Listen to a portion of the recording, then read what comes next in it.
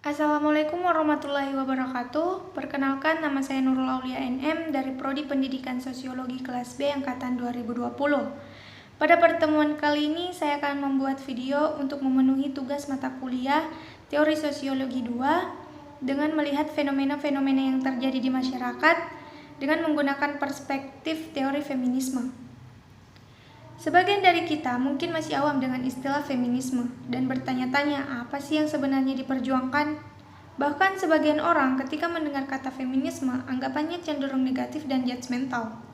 Bahwa feminisme adalah kelompok perempuan yang membenci laki-laki, perempuan yang melawan suami, hingga dianggap sebagai pemikiran orang-orang barat yang anti akan agama.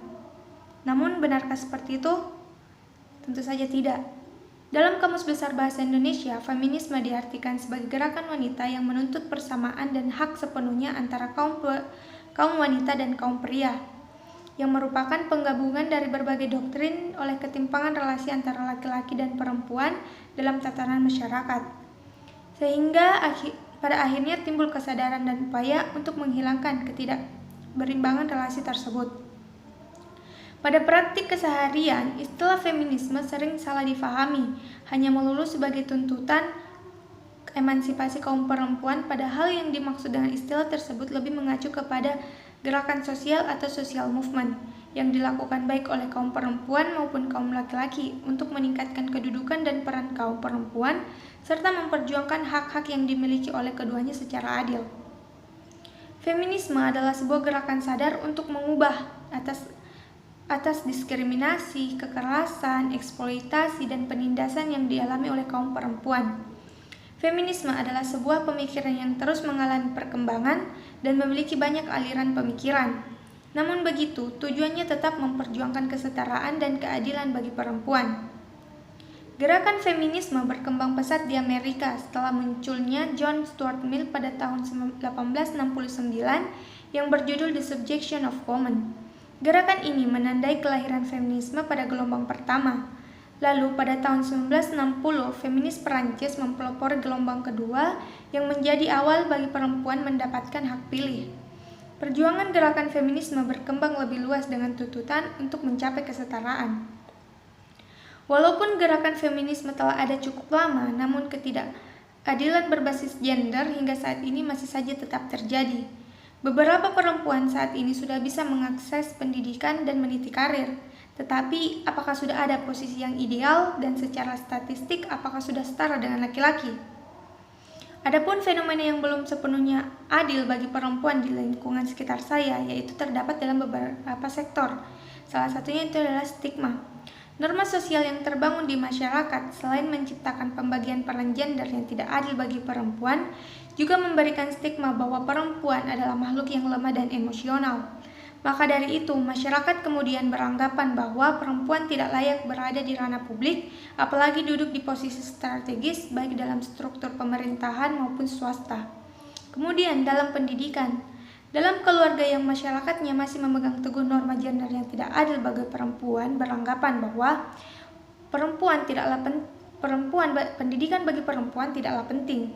Karena menurut mereka, perempuan apabila sudah menikah akan tinggal di rumah saja dan mengurus keluarga. Lebih dari itu, survei National Science Foundation pada rentang tahun 2010 hingga 2014 mengungkapkan bahwa peraih gelar doktor lebih banyak didominasi oleh kaum pria daripada kaum wanita. Dengan demikian, maka peran perempuan yang dapat mengajar di perguruan tinggi masih terbatas. Hal itu juga terjadi menurut Kemendikbud karena adanya persepsi bahwa perempuan hanya bertanggung jawab dalam urusan domestik dan membuat mereka kurang termotivasi untuk mengambil gelar S2 maupun S3 yang sebagai syarat mengajar pada perguruan tinggi.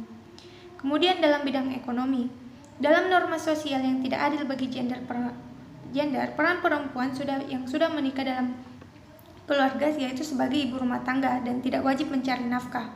Pada akhirnya norma sosial tersebut membuat perempuan secara ekonomi bergantung pada laki-laki ataupun suaminya.